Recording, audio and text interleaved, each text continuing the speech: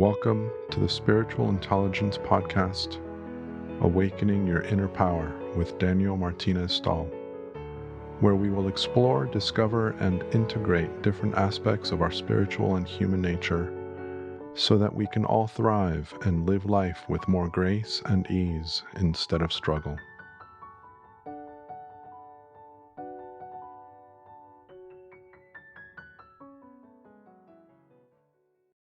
So, welcome to the Spiritual Intelligence Podcast once again. My name is Daniel Martinez Stahl, and with me today is Barbara Patterson.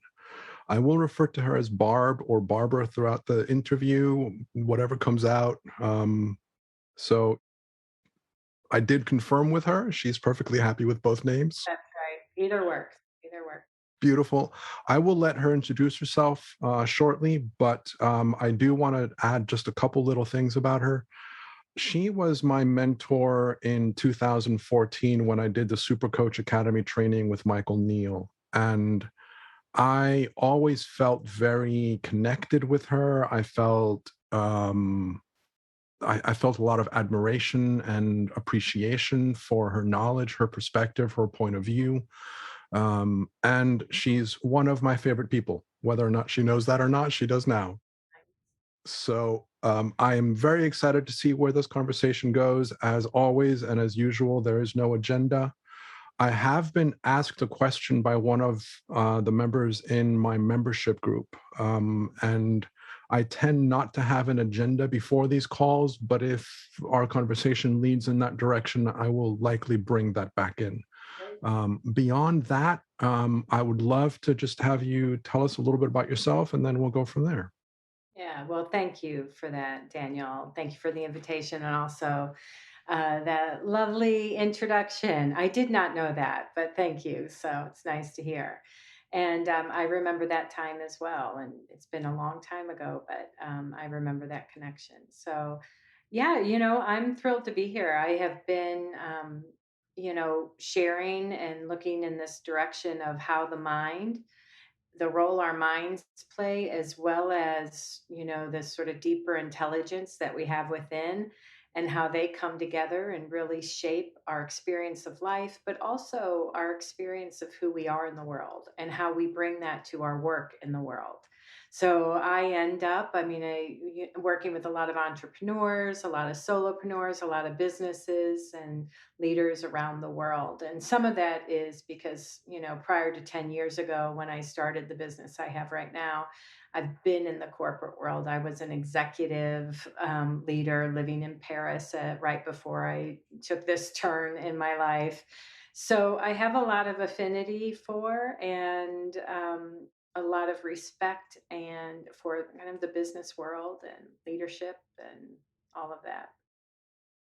And that is one of the things that I would love for us to explore a little bit more, because I know that there's a lot of listeners that have a perspective on their spiritual growth where they're very intellectual. And the balance of the two is something that I find really interesting, which is the reason that I talk about how exploring our spiritual development, but then bringing it back to our humanity, bringing it back to our day to day, for me is part of that application into the intellectual side of things. So, how do we manage our day to day experience given what we're learning and exploring with regards to who we are as spiritual beings?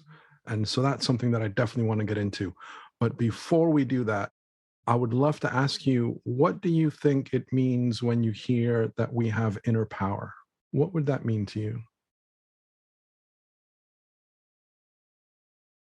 I think for me, what it comes up is, how are we powered? How are we empowered?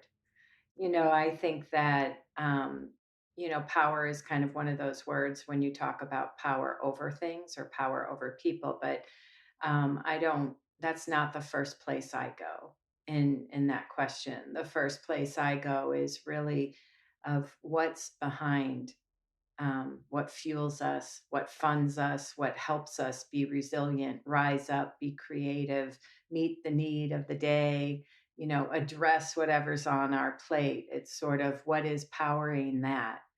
And how do we, what empowers us to step into our dreams, our heart's desires, whatever life is putting in front of us. Beautiful, beautiful. And kind of going back to your professional work that you do and the clients that you support, primarily being business leaders, how much of your conversation with them is overtly spiritual in nature, and how much of it is more covert? Um, I'm not sure I would. I understand the question of covert, and overt. I understand it's like, often when people um, talk to me and they ask me questions about my coaching, there's kind of this underlying assumption that the business world isn't ready to talk about what's behind life, that it's inappropriate to talk about, that we're both spiritual and human being. There's this old construct about business and what business is and what's a business conversation and what's not. And to be honest, I don't buy any of that. Now, what I will tell you is that when I first started, looking in the direction of the role our minds play and the power and the potential of our minds, and to use your language, kind of what does it mean that we have a spiritual nature and a human nature? Like, what does that really mean?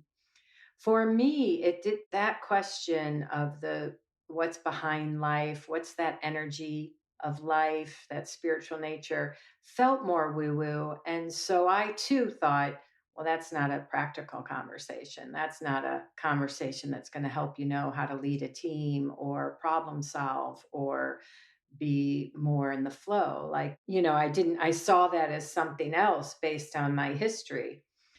But what happened was when I started to get on my own personal journey around, well, what does that mean to me? Like, what does it really mean that we are a part of sort of this creative potential behind life? And people call it different things. You're using the word spiritual, and spiritual sometimes can be a limiting word because people have a lot of history with it. They have their own definition of it. So find another word. You look and it's like, oh, yeah, scientists often talk about the energy of life, that we're all made of energy, right? Physicists might talk about it as like this field of infinite possibility, this creative potential. I think it's David Bohm that called it the field of active information, which I kind of love, and what you see is depending on your the way you've grown up, what you've seen, where your interests are, you have many names for that. And so when I started to get more curious, like, well, what is that? And what does it mean? And why does it even matter? And how do I see it on an everyday practical nature? Like I understood the idea of a spiritual experience and all of that, but it was like, yeah, that doesn't do it for me. I want to know, how do I bring my best self to something? Like that's what I was interested in. And how do I help my clients do that? And I could feel when I was learning from my teachers in this work that when they were pointing that we all have inside of us this well of being, this well of creativity, of resilience, of um, our ability to get over things, our ability to rise to the occasion, our peace of mind. That if you looked outside of circumstance and you looked within, there is something, some kind of deeper nature within, a deeper intelligence. People call it intuition, there's something there. And so I had to get curious about that. I had to go on my own learning curve, which by the way, 10 years later, I still feel like I'm on a learning curve about, right? Like, I haven't Are- arrived anywhere, just to put it out there, and yet I started to that journey That journey was incredibly helpful because it helped me see the everyday practical nature of things. Like, yeah, what is it that, when they say you get your best ideas in the shower, driving, or in nature? Why is that? It's not the shower. Do you know what I mean? It's like, no, no, it points to that when our minds are more settled, we're accessing something. We feel it. And so I had to get curious about what that was. And then I started to see, like, oh yeah, if in a freer, more settled state of mind, a freer, more present mind, we access more bandwidth mentally. We access new thinking. We access more of our okayness. Like we just get more perspective. Soon as I started to see that, and I started to notice, like, where in business would that not be helpful? Like, where in business would it not be helpful to know, oh, if I'm less gripped in my mind, I'm accessing more creativity, more wisdom in the moment. Yeah, absolutely. I mean, I I can totally relate to the idea of having a concept that this conversation is difficult to have in business. And the more that we look in this direction, the more that, and I'll speak for myself, the more that I looked in this direction, the more obvious it was to me that all of business is every aspect of a business success is based on individuals within the company.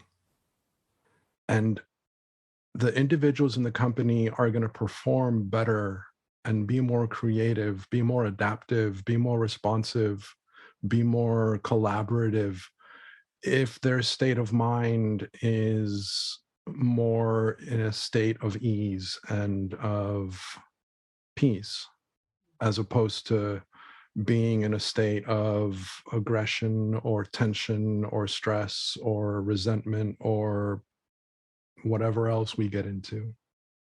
And so I started seeing this idea that any aspect in business, when people begin to understand the nature of their experience, where it comes from, how it works, to give them a roadmap, if you will, of the things that they can do, actively do, that will help them reconnect with that deeper part of themselves when they find themselves that they're out of it in a way that isn't a to-do list or a task or a job. It's kind of an understanding that kind of leads to that. So I love that idea. Um, Yeah, I just want to build on that, that it's true. Like, one of the things that people get pretty quick is, yeah, in a clearer, more open, present mind, like, we just do better. It's like you can think about an interview when we're uptight and nervous, or a first date. We're uptight, we're nervous. We just, it doesn't go as well. But when we're freer, more present, we feel like things. And so people get pretty fast the idea that, oh, I can, yeah, there's a relationship between a freer, clearer, more neutral, present state of mind and results. Like, they can see that. But the piece that you asked first is the second element, that do they also know what's funding, what's behind? Like, I don't have to manage my state of mind. I don't have to, like, we are hardwired to be resilient when I need it most, when I am destabilized, because it happens no matter how much we are human, and we have moments when the rug gets pulled out from under us, things happen, and we get destabilized. So when I'm destabilized, do I know where to look for my stability? And sometimes people, if they just focus on the state of mind element, they get trapped then in trying to always be in a good state of mind. They get trapped in trying to replace nervous thinking with, I'm okay, I'm okay, I'm okay. You know what I mean? It's like you're trying to manage something. So this other element of what's behind it, what's underneath, that deeper intelligence, that well of being that sits within, is so critical for every single person. Like, when I started to think about what gave me the ability to take my hands off the wheel a little bit, to start to trust that I didn't have to manage myself, manage everything, manage life so much, was seeing we are designed to thrive in a way. Like, we're designed to rise to the occasion. Our left to its own devices, our mind's level set. In that place within, we have deeper knowing and deeper intelligence. And it's funny because I've had my podcast for a few years, and I've been able to interview like over 140 people or something at this point.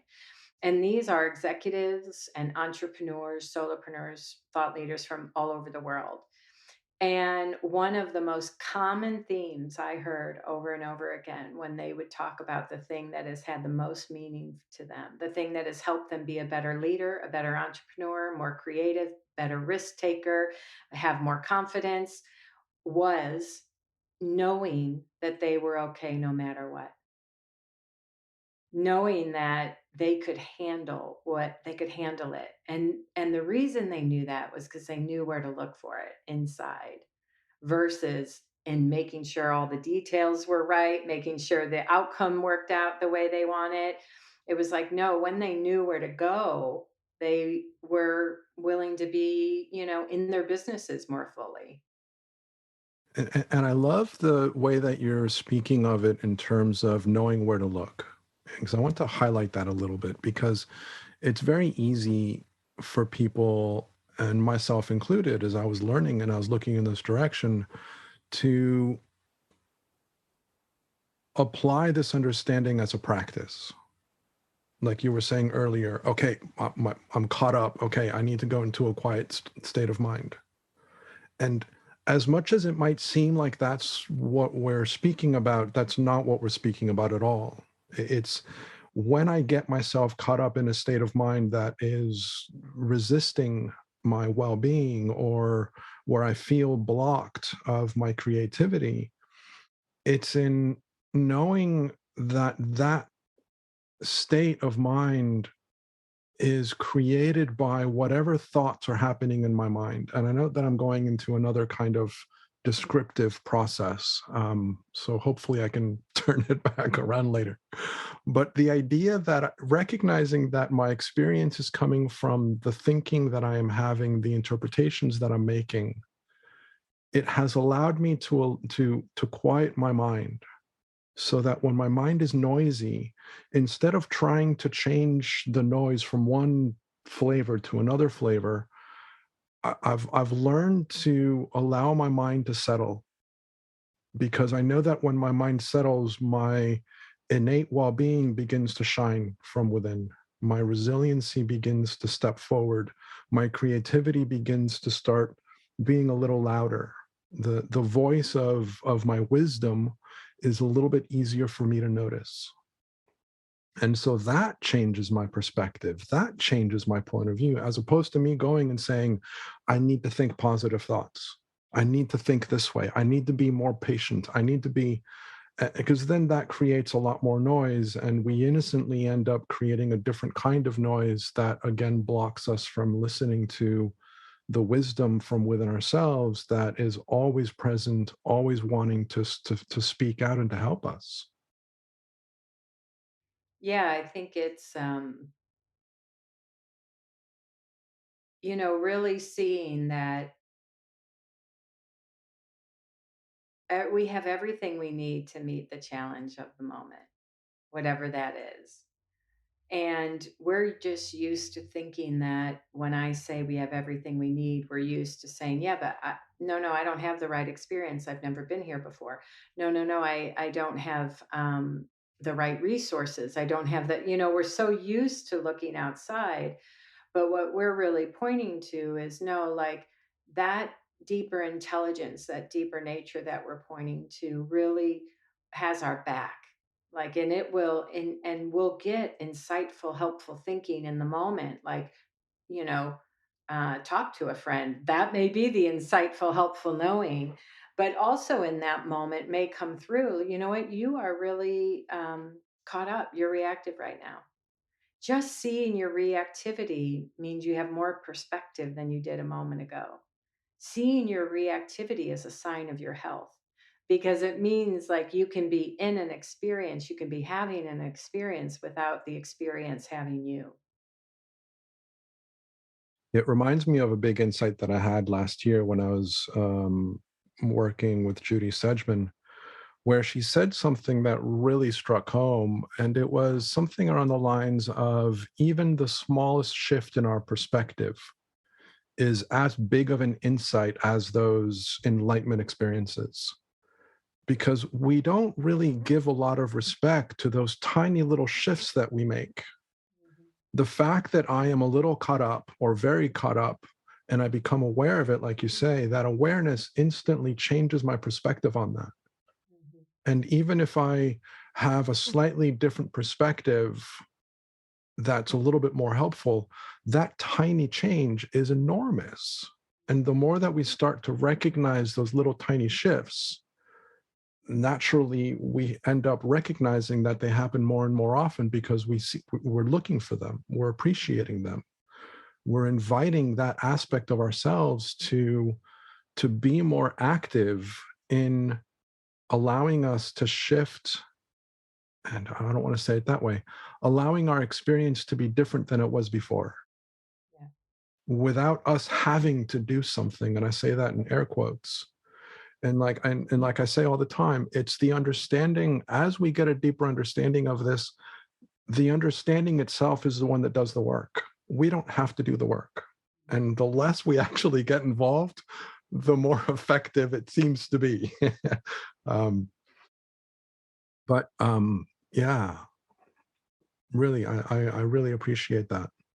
And so, out of curiosity, because I know it's very difficult for myself and others as well, when we're told that we are programmed to succeed, we are designed for success, we are, the universe has our back, whatever terms we want to use to discuss that. Um, I will talk a lot about how when we become present in the moment, we allow ourselves to be more responsive to the wisdom that is working in real time. That this wisdom, this guidance system is not working in our future, it's not working in our past. It is responding to what's happening to us in the moment. And that is sometimes very hard for us to accept given the years of programming and the years of habitual thinking that we've created around, I need to plan for the future, I need to worry about this because if I don't worry about that, that's not going to happen. Can you speak to that a little bit? Um, I'll just share that, I've definitely was one of those people and still have a propensity at times to be future oriented. And so I would think about maybe an upcoming conversation or something, I wanted to create, or, you know, how I wanted my business to look. And so I would say it this way, that I spent an immense amount of mental bandwidth in the future. Now, I thought some of that, I think it was overrated how much I thought that really was needed, or the value that it was. It looked to me like a helpful thing to do, to plan, to be in the future, well, if I want to create this, then I need to, how's this conversation going to go? How's this presentation going to go? How do I get there? And then when I started to realize, like, oh, what if that future orientation takes me away from, to your point, takes me away from where I'm at right now. I started to realize, like, I started to question in a healthy way, can I really trust that I'll have what I need in a moment? Like, can I trust that I'll have that? And it was actually a conversation. My first sort of place with this was a conversation I had with Michael Neal early on. And I was living over in Paris still, and I was getting ready to quit. And so I called him and I was like, okay, well, my conversation's coming up and this is what I'm going to say. And I think I had a couple scenarios. And, I would be really embarrassed if there was any way to really calculate the amount of time I spent thinking about that conversation before I had it, right? If there was some way to measure that, I have a feeling it would be an obscene number. But I said to him, and so I'm like, I could say this or that, and I'm expecting Michael to like go, I like B with a little tweak, like to have some kind of helpful adjustment to what I'm going to say.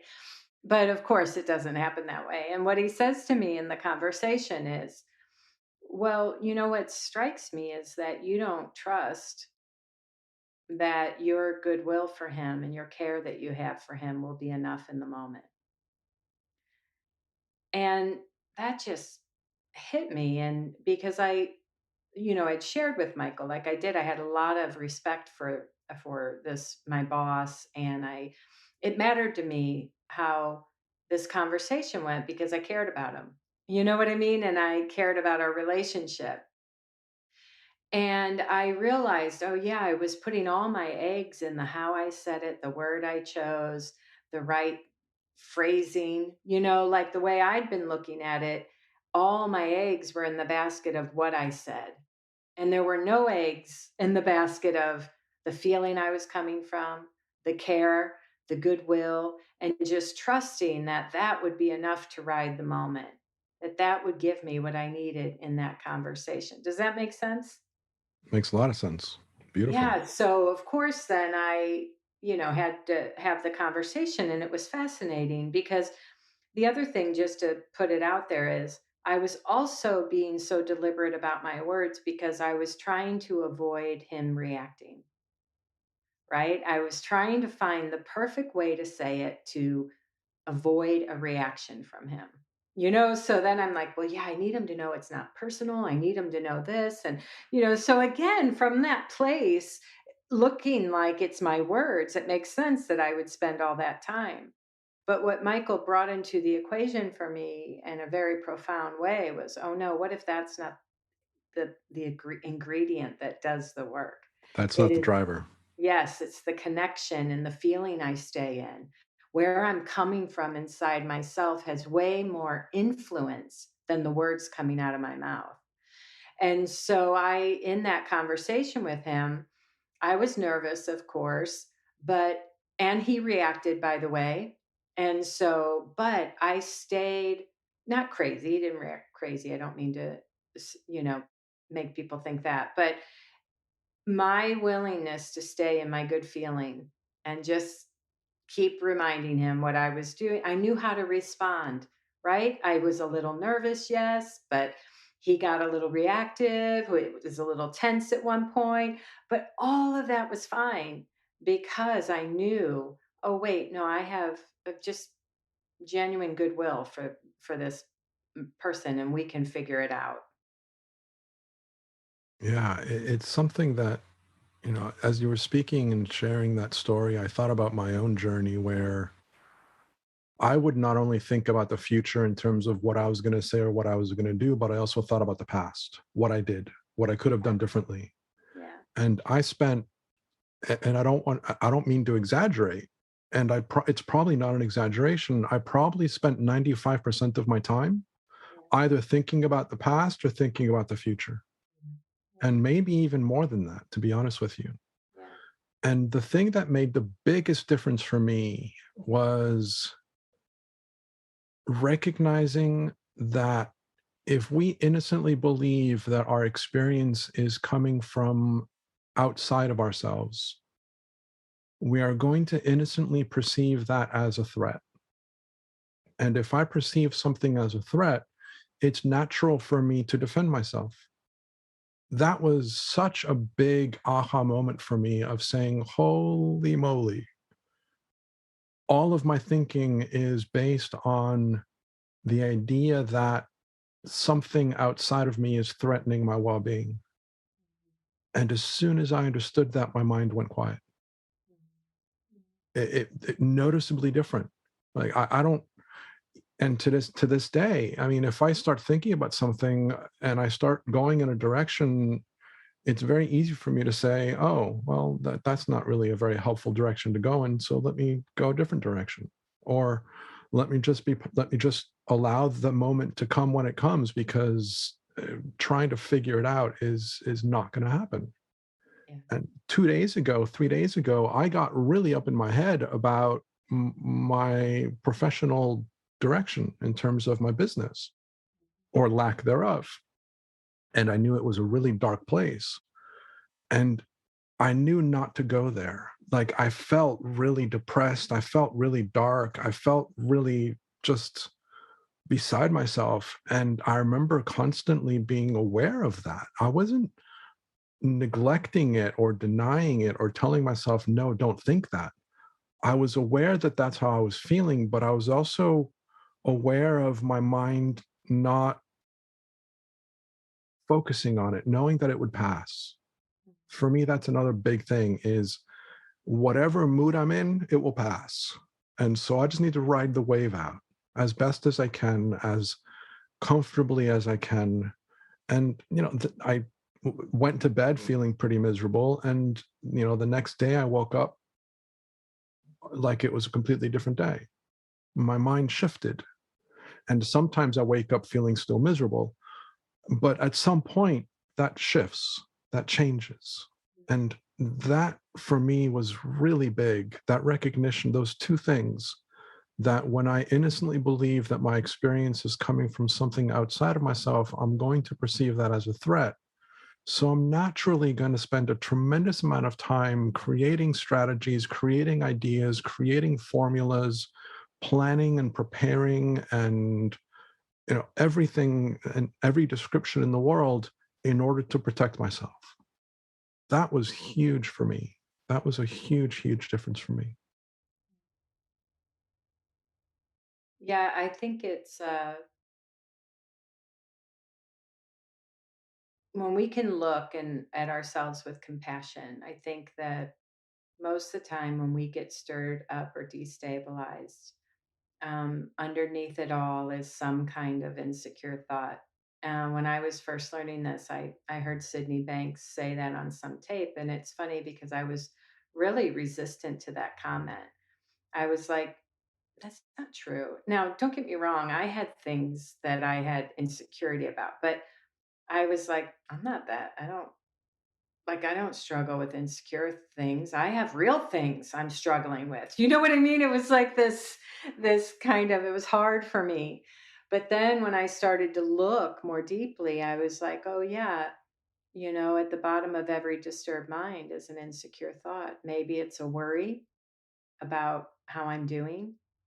It's a worry about, is the way it's going down right now okay? Because I'm questioning, right? Or it's a insecure thought or a worry about a relationship, or can we handle what's happening? Is our home going to be okay? Is our life going to be okay? Am I okay? Is there something wrong with me? Like, just in a very simple, humble way, that often at the end, at the bottom of that is some level of worry and concern. And what was helpful for me about that wasn't to dismiss it, as you said, like, okay, it's just thought, never mind. But it was to just realize, like, oh, yeah, in a disturbed mind, um, my options naturally look limited. In a limited mind, my options look limited. Like, that's just how our minds work, plain and simple.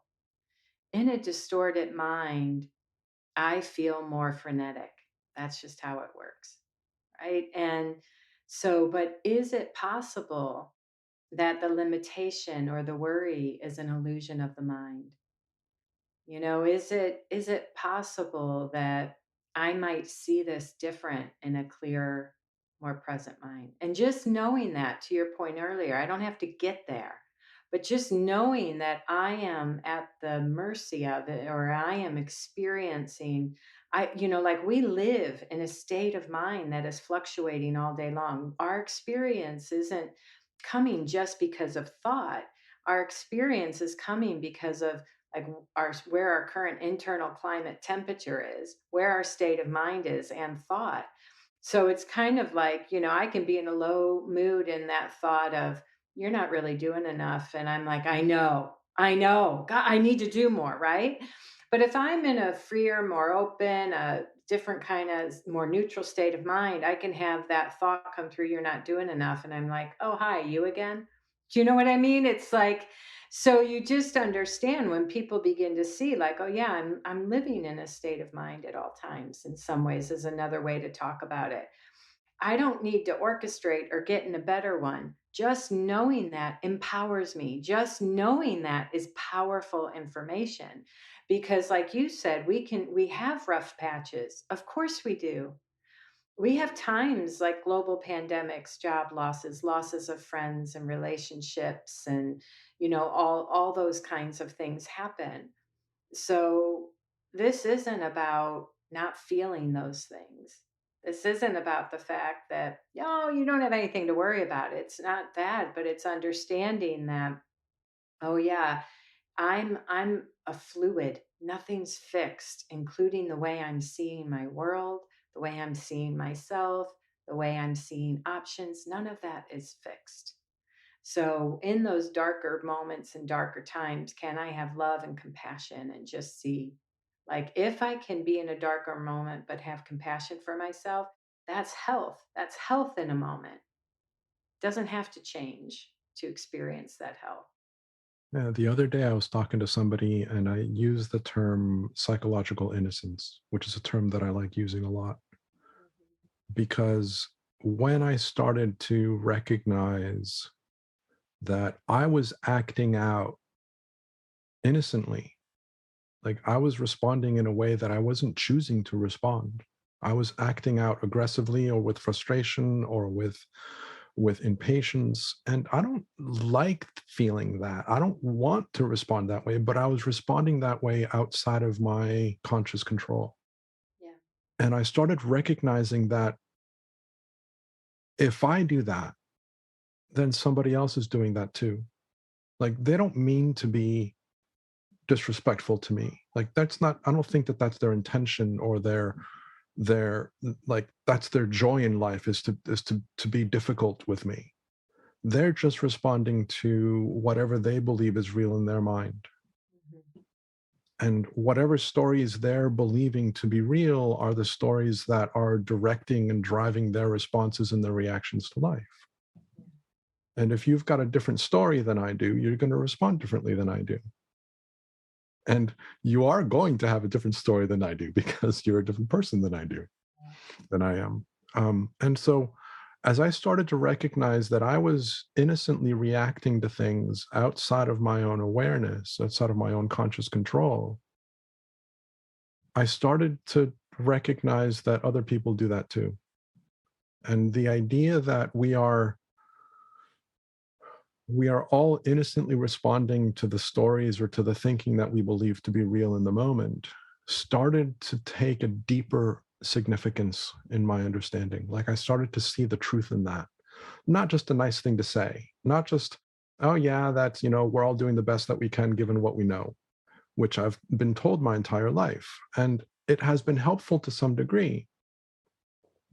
But when I started to see the truth behind that, it all of a sudden changed. Like it was like, oh, yeah, of course. And so that then led me to understand forgiveness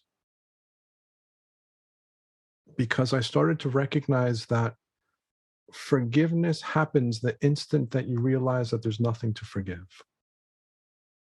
And I got there because of my understanding of what I refer to as psychological innocence. We are all innocently acting out whatever thoughts we believe to be real in the moment. And that was huge for me. That was another big moment in my own development as I continued to look in this way. Um, can I change topics a little bit? Yeah. I'd love to go back to your work in the corporate world. I have, I know people that are listening to this conversation that are very practical and pragmatic. Mhm. And you started to kind of talk about it a little bit in terms of how can it not be useful to recognize that when you are in a good state of mind, you're going to perform better? How is that not useful in business? But I would love to hear more examples or ideas or directions with regards to the practical, pragmatic aspect of seeing the nature of life and seeing the nature of how the mind works as it relates to making decisions and leading a team and responding to an employee that comes into your office moaning and complaining about everything. How does this understanding help? Well, there's so many examples. I can share a few things that come to mind, but feel free to, direct me, move me in a direction if you want. But I think what we want to start out with is the premise that you're really helping people understand that there's a direct relationship between what's happening inside their minds and their results in the moment. And that includes like what's my internal climate, my clarity of mind, lack of clarity of mind, my presence, my lack of presence. All of that is shaping my ability to have a good conversation, to be influential, to be connected to the people I work with. It's affecting my ability to listen and to hear. It's affecting my concentration.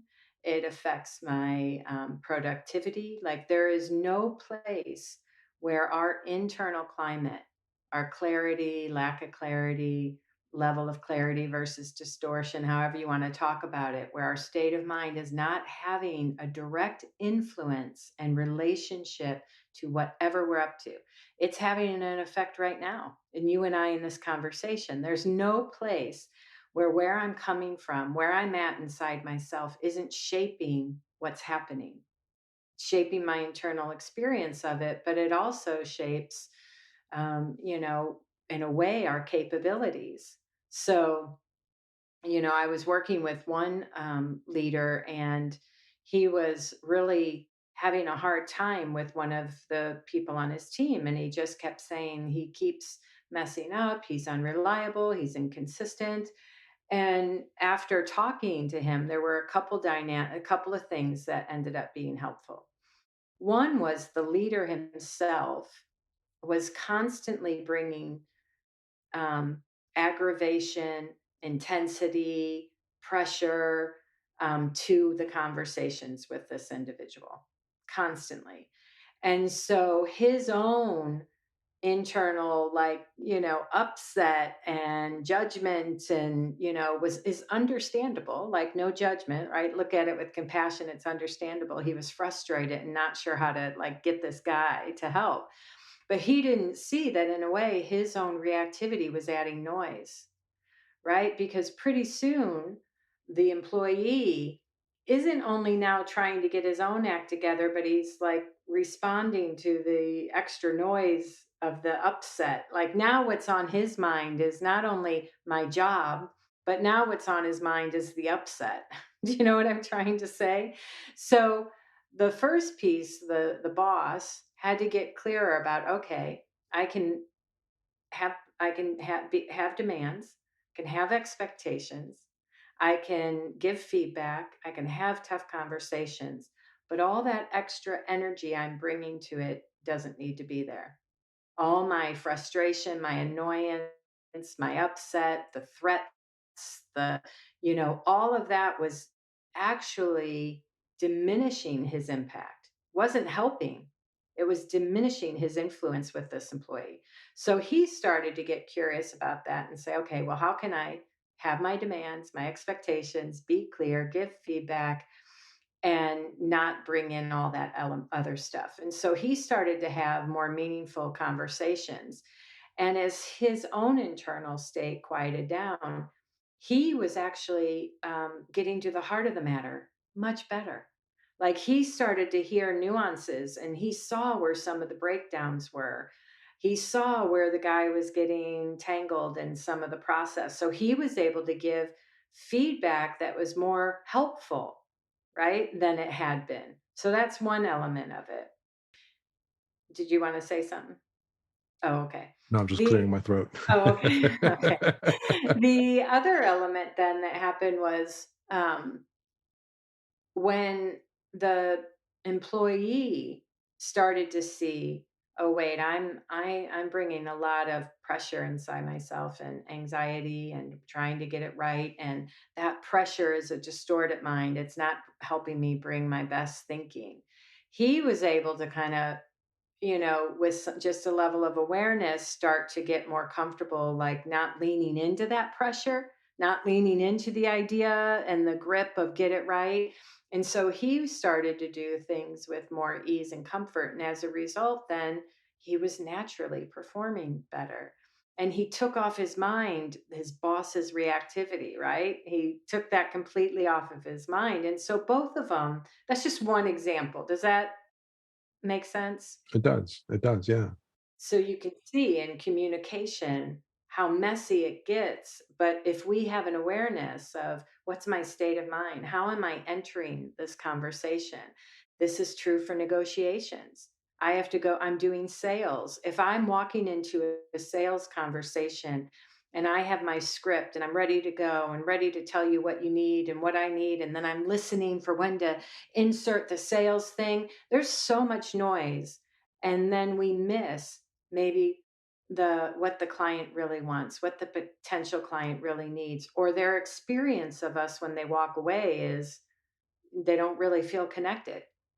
So there's a place in negotiations or sales when we can see and enter those with a more present, neutral state of mind. We actually are better negotiators. We're better listeners. So those are communication examples. But again, it's endless. You think about being, working on a factory line where productivity and getting it right and the numbers and the efficiency all matters. If I'm stirred up, if I'm anxious about meeting my goal, if I'm anxious about things, if I'm anxious about my coworkers, anxious, then I just don't do as well as when I see my reactivity and I'm able to step into those things with more presence. You mentioned something which I'd love to invite you to expand upon, and that's the idea of listening. Mhm. Listening is one of those things that I think we can all continue to to become better at. Um, but listening is a so deep listening is a term that we use in the three principles conversation quite often, and it's interesting and fascinating to me that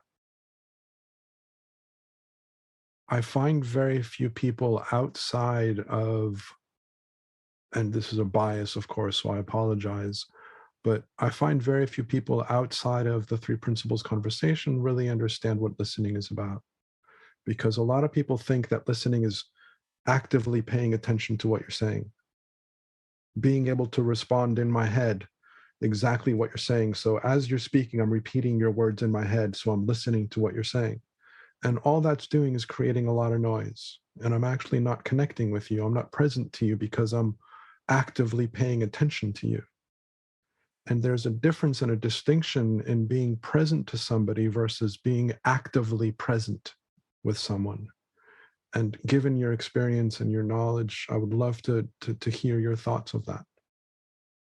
Yeah, I mean, I think, listen, I would have given myself an A in listening. And by the way, I probably would have gotten other people to rally behind that, right? So I think that um, there are people out there who really they have an instinct. They're able to listen not just to words, but they're able to listen beyond words. They have good instincts for people and they hold it. But what I didn't realize, what was new for me, was there's a way in our listening that we can be more oriented to our minds, where our minds are taking us, versus really just staying present and letting something emerge from a conversation, letting something come in. So what I what I hear and what you're saying, the active listening, you're right. It's like we're listening to know where to intervene. We're listening to know where to help.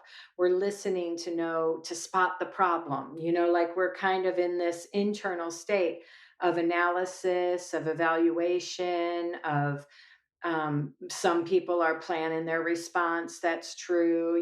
Like there's a way that we're active. We're really busy inside our minds when we're listening.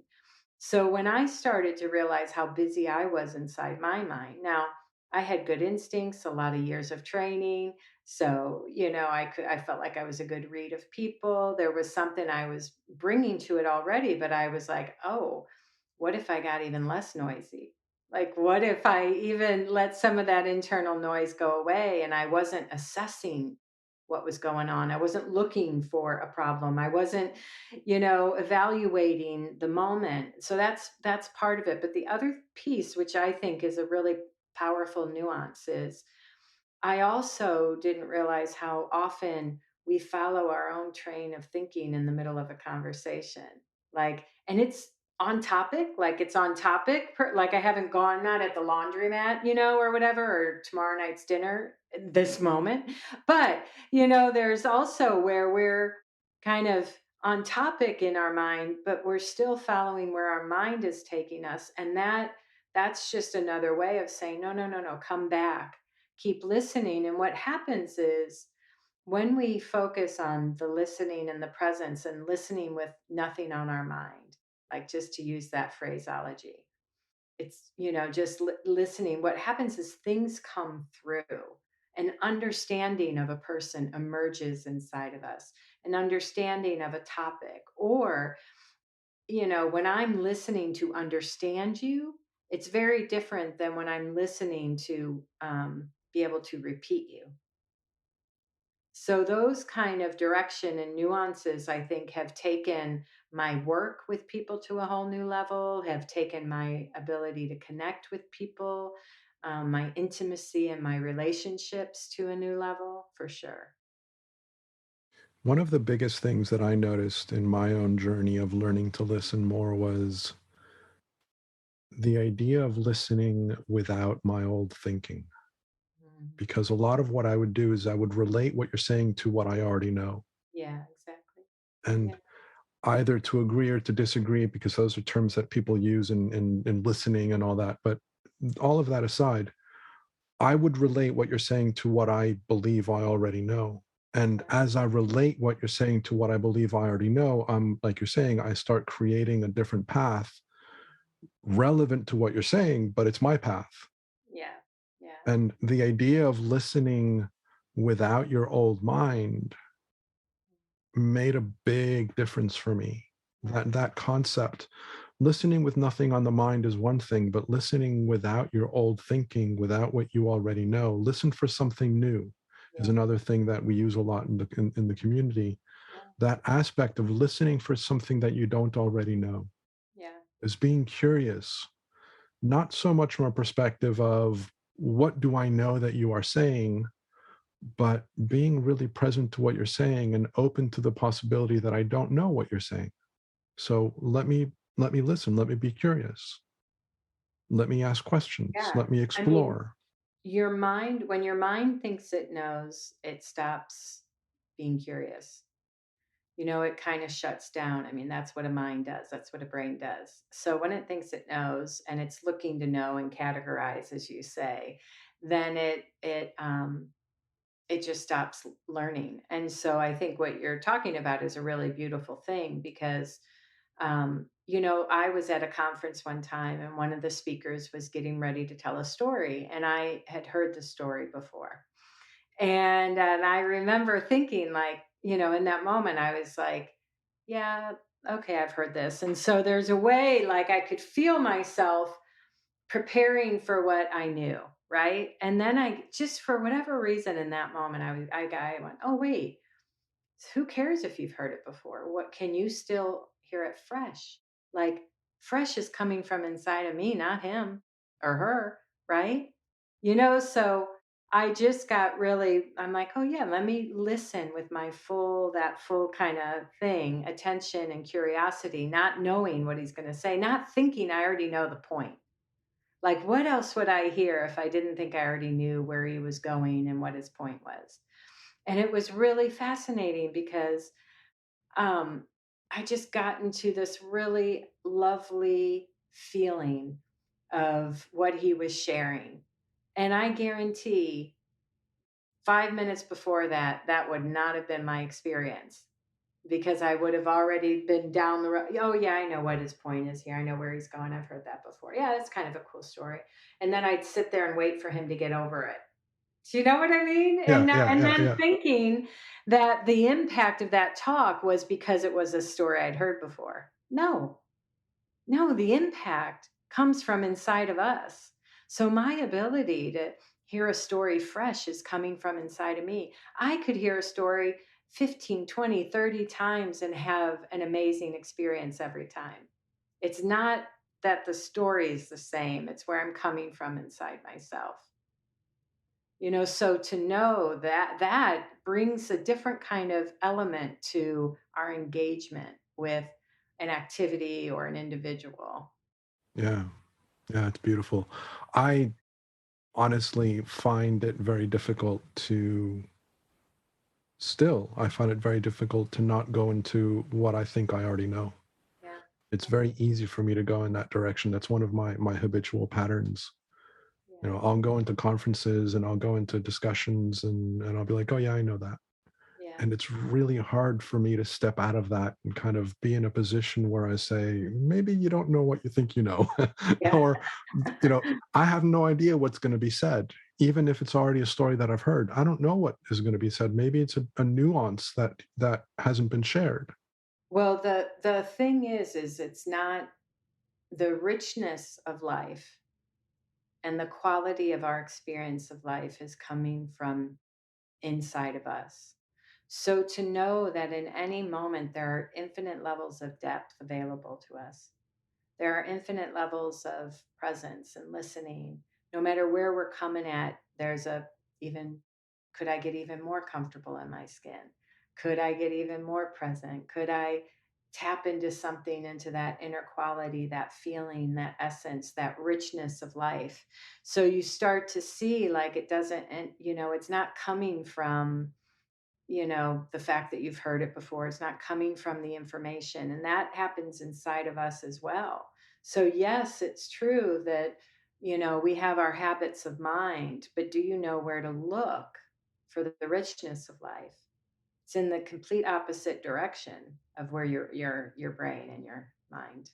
Yeah, it reminds me of something Marina Galan said in episode one, where she was talking about how if it's raining outside, she can go into all kinds of thinking about what that means to her, or she can look at it from a perspective of saying, I don't know how I'm going to respond to rain Yeah. today.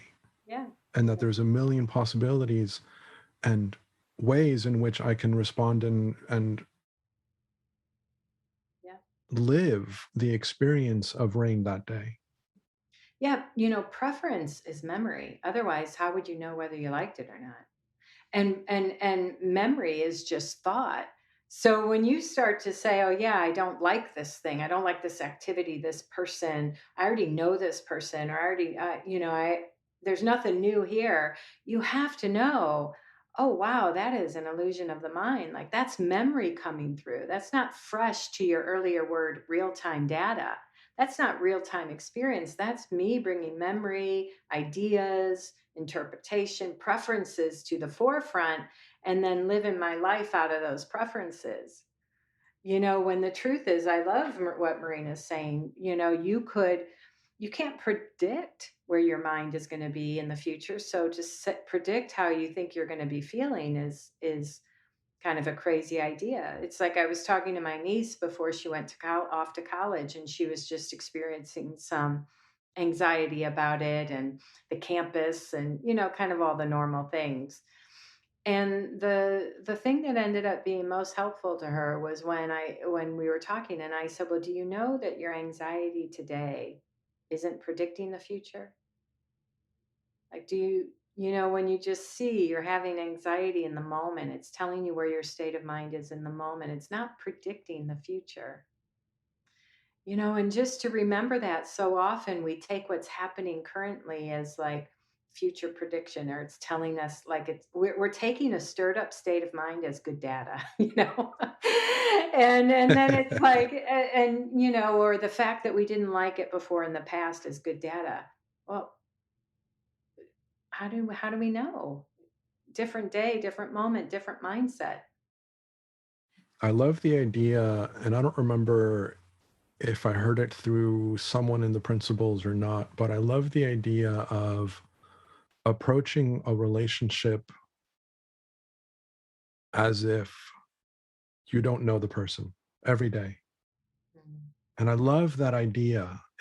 I haven't been able to get there myself, Yeah, but yeah, I love that idea as an intention of approaching a relationship, have it be my mother or a friend or someone else, a colleague or my boss, yeah. having that openness, that ability to approach a situation with a fresh perspective. Well, listen, here's a great thing to remember. And this was something that really struck me when I started realizing I wasn't experiencing people fresh because I walked into relationships with already deciding I know them. I was looking at my mom, and while the feeling is a good one, it was like, oh, she's in this box I have, right? Or a coworker or a business partner. It's like you don't realize kind of assess, you draw conclusions about people, and then you live as if those conclusions are all there is. So that ability to get surprised by people or to experience them fresh is really to just kind of realize like I'm changing all the time. How could I assume other people aren't? I'm seeing new things, I'm trying new things. How could I assume that we all aren't constantly shifting and changing and evolving? Yeah, it reminds me of a friendship that I have where at one point I started getting really annoyed because this friend kept on referring to something that dated back like 10 years. And it's like, I haven't been that person in so long. Mhm. But in this person's mind, I was still that person. Yeah, yeah, And it was really difficult for me to get them to recognize that I was now a new person. And so that was one of the things that I use as a reference in my own experience yeah, of if I go into a relationship with someone thinking that I know how they are and how they behave and what their personality is, I'm not respecting the fact that they're different today than they were yesterday. yeah, yeah, yeah.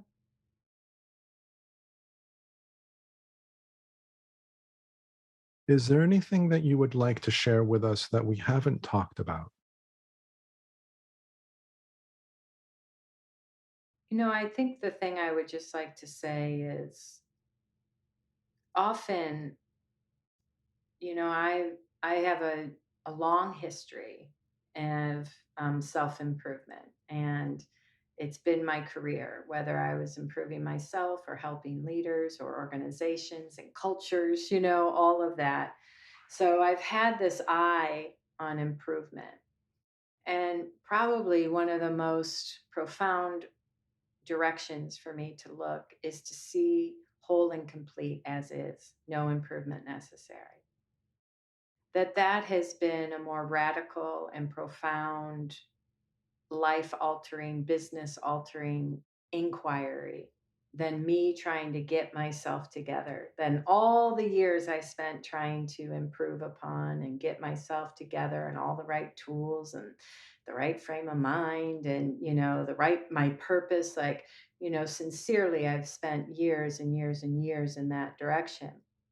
But when I started to look at the wholeness of who we are, that we are both this human with our quirks and our history and our conditioning and our thinking and our preferences and all of that. And we have this deeper spiritual nature that we're both and. One is not better than the other. One is not more evolved than the other, that we are the full package, like we come in that package. We are, as humans, the intersection of the form and the formless, the human and the spiritual, whatever you want to call it. When you start to look, and when I started to consider the wholeness, looking at who we are wholly and integrated picture of that, I started to realize there's so much more we're bringing to the table than we realized, right? If I have to rely on my personality, I got work to do. If I have to rely just on my behavior, we got a lot of work to do. We have to rely, like there was a lot of work to do in all this other arena. But when I started to also really get curious and factor in, oh, wait, no, we come with something else. And yeah, it is more elusive. It doesn't, it requires that I have my own personal relationship to that place within me, that I get curious, that I have my own felt knowing of what it means that I have both this creative, infinite potential available to me, and I have my humanness, and sometimes I think people can make the spiritual the prize and the human what you got to learn to tolerate. And I'm not saying that. I'm saying that in the mud and the messiness, I have had some of the most profound moments of my life.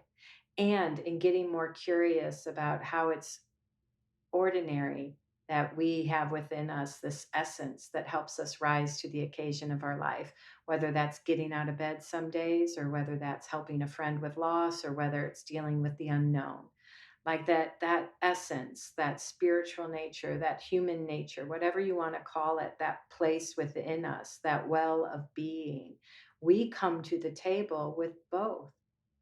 And when we consider the wholeness of it, I think it empowers us to come back to your original word. It's extremely, it's a profound inquiry and place to look, but it has both practical and really amazing rewards in it. I totally agree with what you're saying, and I mean it's a big part of what this podcast is about, which is that respect and appreciation for our humanity, and not looking at our spiritual path as the end all and be all, but it's in recognizing that being human is being spiritual. It is the integration of both aspects of our experience. I frequently talk about how, I'm trying to think, I just wrote something about this somewhere. I frequently talk about how oh, of course, in the fourth lesson of my online course that I just read for the previous episode in the podcast, I talk about how we have a human personality and we have a spiritual personality. That when we come into human form, it integrates and it becomes one. And so our experience of life is the unity of our human personality and our spiritual personality, and the characteristics of both, and how, and I know that this isn't really a three principles conversation, but as we go through life in preparing for this experience of life on earth, we identify the body that we want to live with because of the specific quirks and characteristics and flaws. It is the flaws of our human that allows us to grow and to develop in the ways that we want to develop. And so it's in looking at that, again, that appreciation and respect for the things that we would consider our flaws, and looking at that beauty and looking at the gold, the silver lining, if you will, of the things about our characteristics, our personality, or our body, or whatever it is that we find really challenging. It's in beginning to recognize the beauty in that challenge, the nature of experience for the sake of experience. And this is again, something that is talked a lot about in the spiritual community, talking with regard to there is no wrongdoing, there is no judgment. There's nothing anybody can do that is inherently wrong. Every experience that we have, every direction we take, leads us into experiencing something different. And sometimes that's exactly the experience that we want or we need in order to learn, in order to grow, in order to develop, in order to prepare for whatever it is that we are building for and building towards. And so that's given me a very different perspective on looking at my life as being lack or missing or less than, and looking at the wholeness of the experience, looking at the beauty of the experience, even if it's an experience that isn't pleasant. I'm able to recognize more and more that there's a bigger picture involved that I might not even be conscious of, I might not even be able to recognize, but there's this faith, this trust, this knowing that I'm going through that experience because that experience is leading me somewhere helpful, even if I don't see it. And the example that was just given to me the other day was, you're driving your car and you have a flat tire and you spend the rest of your day moaning and complaining about how that flat tire made you late for your meeting and you lost a client or whatever happened, not realizing that by having that flat tire, you avoided an accident where you would have been severely injured. And so we don't know what these challenges that we have, what is the meaning and purpose behind them. And so for me, that idea of recognizing our wholeness, as you talk about, the fact that we have this spiritual well of being that is at the core of our existence, not only helps me to recognize the value of my experience, but also in recognizing that the experience itself has value without judgment.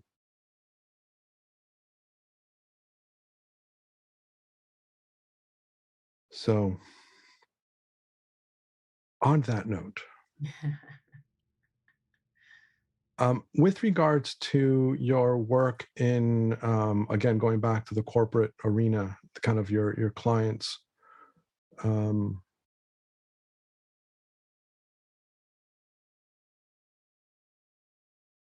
what advice or what ideas or what would you share with somebody that is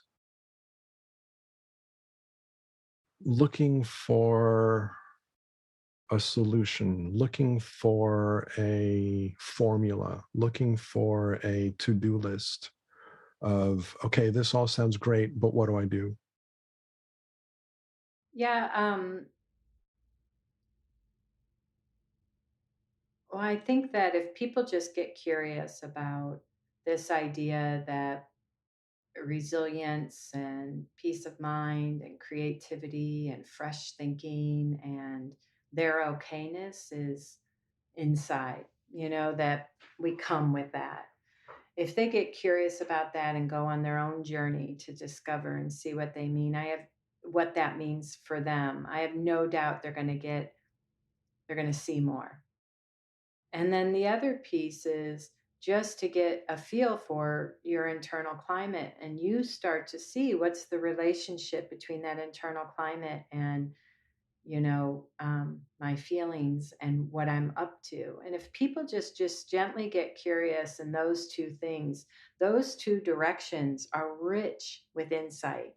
They'll your own intelligence, your own deeper intelligence will show you more along the way. It's like anytime we're listening to anything or reading a book and something gets sparked within, that's kind of that thing within saying, "Ooh, what's that about?" Right?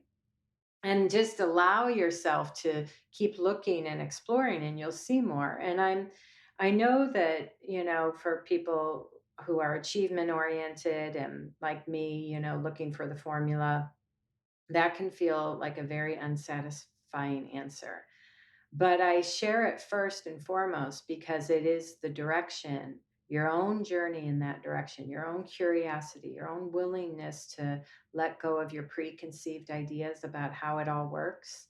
that is going to serve you far greater than going and, with your 5-step plan on how to clear your mind, right? So that's why I'm saying that first.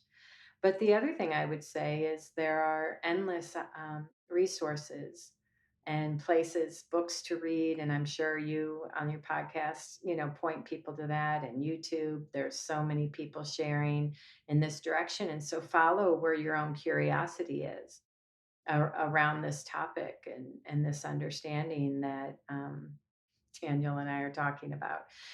So it's this, I think that we rush to doing, but if we aren't really behind it, no, then all that doing just becomes like another thing we're trying to fix ourselves with versus just getting really curious about what we're inviting people to here. Beautiful. Lovely. Really, really, really appreciate that.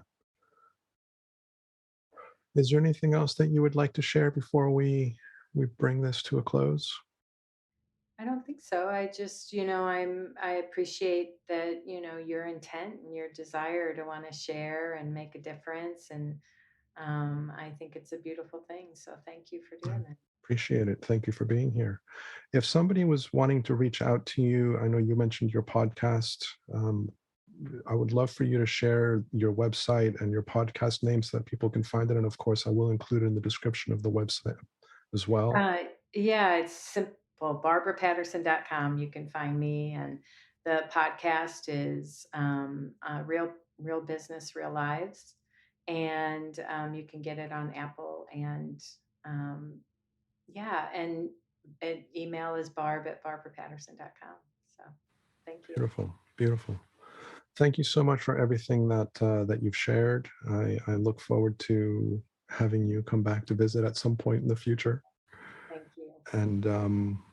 and hopefully one of these days we will be able to have a face-to-face somewhere. Yeah, I know. It'll happen again. I know it It will. will happen again at some point. At some point. Yeah. Thank you. So really lovely to have you. Thank you again for being here, and I look forward to our next conversation.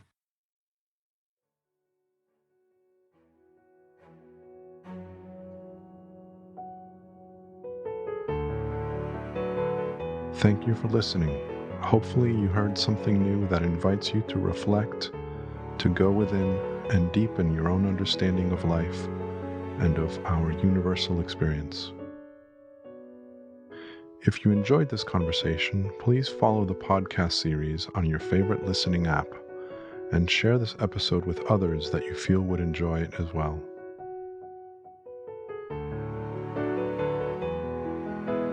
Until next time, may we all soar with inspiration, explore with passion, and live with love.